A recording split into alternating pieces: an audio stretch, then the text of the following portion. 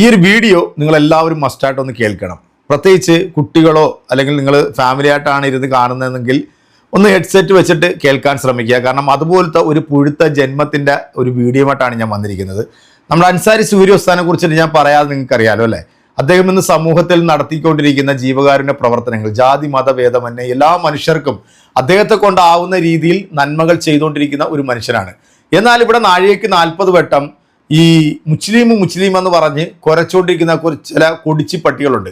അതിൽ പറയാൻ കൊള്ളാത്ത അല്ലെങ്കിൽ നിങ്ങൾ കേൾക്കാനോ കാണാനോ ആഗ്രഹിക്കാത്ത ഒരു പുഴുത്ത ജീവിയാണ് ഈ അപ്പി ബൈജു. ഏതോ കൊടിച്ചി പട്ടിയിൽ ആയിട്ടുള്ള ഒരു മനുഷ്യനുണ്ടാകാത്ത ഈ മൃഗം ഉണ്ടല്ലോ, ഈ മൃഗം ഉസ്താദിനെ കുറിച്ചിട്ടൊക്കെ പറയുന്ന കേൾക്കുമ്പോഴത്തേക്ക് ഹിന്ദുക്കൾക്ക് വേണ്ടിയാണ് ജീവിക്കുന്നതെന്ന് പറയുന്നുണ്ടല്ലോ. ഏതെങ്കിലും ഒരു ഹൈന്ദവ സഹോദരിക്കോ സഹോദരനോ 10 പൈസയുടെ നാരങ്ങ മിഠായി കൊടുക്കുക നിങ്ങൾ എവിടെയെങ്കിലും കണ്ടിട്ടുണ്ടോ? അത് നിങ്ങൾ എവിടെയെങ്കിലും കേട്ടിട്ടുണ്ടോ? ജാമിദ എന്ന് പറയുന്ന ഒരു വൃത്തികെട്ടവളും ഹാർപ്പിക് ഹുസൈൻ എന്ന് പറയുന്ന ഒരു വൃത്തികെട്ടവരെയും കൂട്ടുപിടിച്ചുകൊണ്ട് സമൂഹ മാധ്യമങ്ങളും സോഷ്യൽ മീഡിയയിലും വന്നിരുന്നുണ്ട് പച്ച വർഗീയത പറഞ്ഞിട്ടുള്ള ഈ മതം തലക്ക് പിടിച്ചിട്ടുള്ള ഈ മതയോളി സത്യത്തിൽ ഹൈന്ദവ സമൂഹത്തിന് തന്നെ മാനക്കേടും നാണക്കേടുമാണ് ഇവൻ. കാരണം ഇവനെപ്പോലുള്ള വൃത്തികെട്ടവന്മാരൊക്കെ ആ മതത്തിന്റെ പേരും പറഞ്ഞുകൊണ്ടാണ് വന്നിരുന്നുകൊണ്ട് ചിലക്കുന്നത്. ഇവിടുത്തെ നല്ല ഹൈന്ദവ സഹോദരങ്ങൾ ഒരിക്കലും ഈ പറയുന്ന പരമചെറ്റേനെ അംഗീകരിക്കുമെന്ന് എനിക്ക് തോന്നുന്നില്ല. അവരാരും അംഗീകരിക്കത്തുമില്ല. കഴിഞ്ഞ ദിവസം നമ്മൾ സോഷ്യൽ മീഡിയയിൽ കണ്ടത് വരദമോളും അതുപോലെ തന്നെ മറ്റൊരു കുട്ടിയുടെയും ചില പ്രശ്നങ്ങൾ പറഞ്ഞുകൊണ്ട് ഉസ്താദ് സോഷ്യൽ മീഡിയയിലൂടെ ഒരു വീഡിയോ പോസ്റ്റ് ചെയ്തിരുന്നു. ഏതാണ്ട് മണിക്കൂറുകൾ കൊണ്ടാണ് ആ കുട്ടിക്ക് 17 ലക്ഷം രൂപ സമാഹരിച്ച് ഉസ്താദ് അവരുടെ വീട്ടിൽ കൊണ്ട് കൊടുത്തത്. ജാതിയും മതവും നോക്കിയിട്ടൊന്നും അല്ല ഉസ്താദ് കൊടുത്തത്. സത്യത്തിൽ നമ്മുടെ കമന്റ് ബോക്സിൽ വന്നിട്ട് കമന്റ് ഇട്ട് മെഴുകുന്ന സംഘപരിവാർ റോളികളെ നീയൊക്കെ അറിയാൻ വേണ്ടിയാണ്. സ്വന്തം കുടുംബത്തിന് പോലും 10 പൈസയുടെ ഗുണമില്ലാത്ത നീയൊക്കെ. എനിക്ക് ഈ മാതാപിതാക്കളോട് പറയാനുള്ളത്, നമ്മുടെ പിഞ്ചു മക്കൾ, നമ്മുടെ കുഞ്ഞുങ്ങൾ, ഇനി വളർന്നു വരുന്ന ഒരു തലമുറയെ നിങ്ങൾ ഒരിക്കലും ഈ ഷാഗ എന്ന് പറയുന്ന സ്ഥലത്തേക്ക് നിങ്ങൾ വിടരുത്. കാരണം വിട്ടുപോയോടുകൂടി തീരുമെല്ലാം. ഇനി ഇവൻ പറയുന്നത് എൻ്റെ പ്രിയപ്പെട്ട പ്രേക്ഷകരെ പറയുന്നത് കേട്ടിട്ട് ഇതിന് കൃത്യമായിട്ടുള്ളൊരു കമന്റ് എൻ്റെ പ്രിയപ്പെട്ട പ്രേക്ഷകരെ നിങ്ങൾ കൊടുക്കണം. ഇന്ന് രാവിലെ തന്നെ ഞാൻ എഴുന്നേറ്റ ഉടനെ തന്നെ എൻ്റെ വാട്സപ്പിൽ ഒരു വോയിസ് മെസ്സേജും അതുപോലെ ഒരു വീഡിയോ ക്ലിപ്പും വന്ന് കിടക്കുന്നതാണ് കണ്ടത്. അപ്പൊ അത് വീഡിയോ ക്ലിപ്പ് മറ്റൊന്നുമല്ല, നമ്മുടെ ആലപ്പുഴയിലുള്ള ഒരു ജിഹാദി കാക്കായി ഉണ്ടല്ലോ, എന്താ സുവാരിയോ എന്തോ തേങ്ങയായിട്ട് സുഹറിയോ എന്തൊക്കെ ആയിട്ട് താടിയൊക്കെ വെച്ചിട്ട് വെള്ളിയും മൊല്ലാക്കിയിട്ട് നടക്കുന്ന ഒരു ഡാഷ്മോൻ, അങ്ങനെ ഒരു പിഗ്മോൻ അങ്ങനെ പറയേണ്ടത്. അവർ ഹിന്ദു സ്ത്രീകളെയൊക്കെ കണ്ടു കഴിഞ്ഞാൽ അവന്റെ ആ മുക്കാലം അങ്ങോട്ട് പൊങ്ങിയിട്ട് അവന്റെ വീട്ടിൽ അവന്റെ ഉമ്മയോടും അവന്റെ പെങ്ങളോടും അവന്റെ മകളോടും വരെ കാണിക്കുന്ന വൃത്തികേടുകൾ അവനിങ്ങനെ ഓർമ്മ വരും ഹിന്ദു സ്ത്രീകളെയൊക്കെ കാണുമ്പോൾ. അത്തരത്തിൽ ഹിന്ദു ബൈജു നായ സ്വന്തം അമ്മയെയും ഭാര്യയെയും മക്കളെയും ഉപേക്ഷിച്ച് ഏതോ മറ്റിടത്ത് കയറിയിരുന്നുകൊണ്ട് കൊണയടിക്കുന്ന നീ അൻസാരി സുഹരി ഉസ്താദിന്റെ വീട്ടിലിരിക്കുന്ന അവരുടെ മാതാപിതാക്കളെയും മകളെയും കുറിച്ചിട്ട് തെമ്മാടിത്തരം പറഞ്ഞിട്ടുള്ള നിന്നെപ്പോലുള്ള വൃത്തികെട്ടവന്മാരാടാ ഈ സമൂഹത്തെ പറയിപ്പിക്കുന്നത്. നിന്നെപ്പോലുള്ള ഈ ഭൂമിക്ക് ഭാരമായിട്ടുള്ളത്. എടാ, അദ്ദേഹം ചെയ്യുന്നതിൻ്റെ കാലിലൊരു അംശം നന്മ പ്രവർത്തി ചെയ്യാൻ നീ ഇനി 100 വർഷം എടുത്താലും നിനക്ക് സാധിക്കത്തില്ല. കാരണം എന്താണെന്ന് വെച്ചാൽ നീ ജനിച്ച ജനിസിന്റെ കുഴപ്പമാടാ. സ്ത്രീകളെ കാണുമ്പോൾ വായിൽ തോന്നിയത് പറയുന്നത് കൊണ്ട് തന്നെ നമ്മൾ കൃത്യമായിട്ട് അവന് മറുപടി കൊടുക്കാറുണ്ട്. അത്തരത്തിലുള്ള ആലപ്പുഴയിലെ ആ ഒരു സുഹറി, ഈ സുഹറിയുടെ വീഡിയോ ക്ലിപ്പ് ആയിരുന്നു ഒന്ന്. മറ്റൊന്നുമല്ല, മദ്രസ അധ്യാപകന്മാർക്ക് ഞാനടക്കമുള്ള എന്നെ കാണുന്ന നിങ്ങളിലെ ഹിന്ദുവും ക്രിസ്ത്യാനിയും അടക്കുന്ന നികുതി കാശ് എടുത്തുകൊണ്ട് കൊടുക്കുന്നുണ്ട് അവനൊക്കെ പല ആനുകൂല്യങ്ങളും എന്ന് നമ്മുടെ എല്ലാം പ്രിയപ്പെട്ട ജിഹാദി സിമി എന്ന് പറയുന്ന തീവ്രവാദ സംഘടനയിലൂടെ വളർന്നു വന്ന KT ജലീൽ തന്നെ നിയമസഭയിൽ പ്രസംഗിച്ച അതല്ലെങ്കിൽ സംസാരിച്ച തെളിവുകളുടെ വസ്തുതകളുടെ അടിസ്ഥാനത്തിൽ ഞാൻ മുമ്പെന്ന ഒരു വീഡിയോ ചെയ്തിട്ടുണ്ടായിരുന്നു. ആ വീഡിയോ ക്ലിപ്പ് ഇന്നാണെന്ന് തോന്നുന്നു നമ്മുടെ ലിംഗ ആസാമി അല്ലെങ്കിൽ ലിംഗം കൊണ്ട് ചിന്തിക്കുന്ന ഈ സുഹറി കണ്ടത്, ആലപ്പുഴ സുഹറി. ഇവൻ അത് വെച്ചിട്ട് വീഡിയോ ചെയ്തിട്ടുണ്ടായിരുന്നു. ആ ക്ലിപ്പായിരുന്നു ഈ പറയുന്നതിന്റെ ഒരു സുഹൃത്താണ്, എൻ്റെ ബാല്യകാല സുഹൃത്താണ്. ഞാൻ മലപ്പുറം ജില്ലയിലെ അമരമ്പലം പഞ്ചായത്തിൽ, അതായത് മലപ്പുറം ജില്ലയിലെ നിലമ്പൂർ എന്ന് പറയുന്ന സ്ഥലം നിങ്ങൾക്ക് എല്ലാവർക്കും അറിയാം. അവിടെ മജീഷ്യൻ ഗോപിനാഥ് മുതുകാട് അദ്ദേഹവും ഞാനും ഒക്കെ ഒരു വാർഡിലെ തൊട്ടടുത്ത തറവാട്ടുകാരായിരുന്നു. അക്കാലത്തെ 2 ജന്മി കുടുംബങ്ങളിൽപ്പെട്ട ഒരു ജന്മി കുടുംബം നമ്മുടേതുമായിരുന്നു. ഒന്ന് ഈ പറയുന്ന മജീഷ്യൻ ഗോപിനാഥ് മുതുകാടിന്റെ ആ കുടുംബവുമായിരുന്നു. പിന്നെ മജീഷ്യൻ ഗോപിനാഥ് മുതുകാടുമായിട്ട് നമുക്ക് ബന്ധവുമുണ്ട്.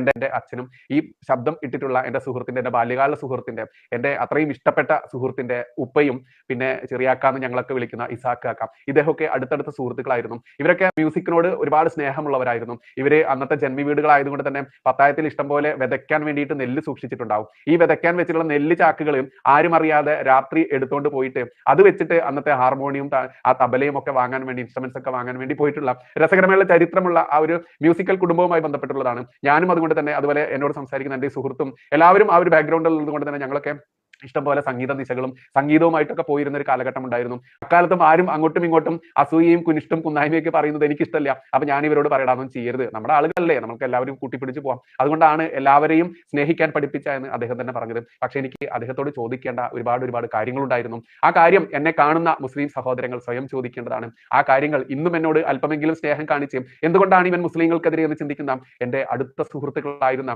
നൂറുകണക്കിന് മുസ്ലിം സുഹൃത്തുക്കൾ ഇത് കാണേണ്ടതാണ്, കേൾക്കേണ്ടതാണ്. എനിക്ക് നിങ്ങളോട് എല്ലാമുള്ള ആ ഒരു ഉത്തരമാണ് ഞാൻ എൻ്റെ ഈ സുഹൃത്തിന് കൊടുത്ത ഈ മറുപടി. അതുകൊണ്ട് നിങ്ങളിത് കേൾക്കുക. ഞാൻ അദ്ദേഹത്തിന് കൊടുത്തത് മറ്റൊന്നല്ല, ഇങ്ങനെയായിരുന്നു: മദ്രസ വിദ്യാഭ്യാസം നിലയ്ക്കട്ടെ, ഇസ്ലാമിക തീവ്രവാദ പ്രചരണം നിർത്തട്ടെ, അന്യമത വിദ്വേഷം നിലയ്ക്കട്ടെ, പഴയകാല സ്നേഹ സൗഹൃദ സാഹോദര്യം പുലരട്ടെ.